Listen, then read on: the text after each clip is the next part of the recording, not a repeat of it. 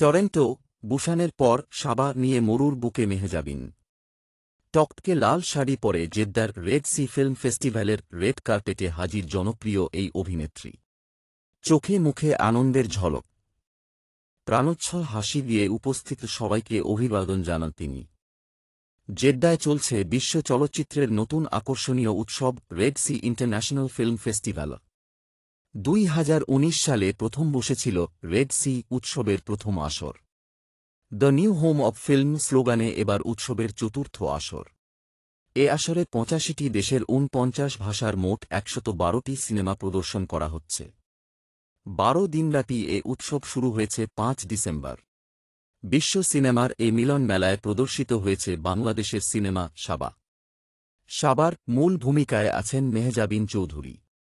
এই সিনেমার মাধ্যমেই ঢাকার ছোট পর্দার এই অভিনেত্রীর সিনেমায় যাত্রা শুরু করলেন মেহজাবিন। চলচ্চিত্রটি নির্মাণ করেছেন মাকসুদ হোসাইন। নির্মাতারও এটি প্রথম সিনেমা।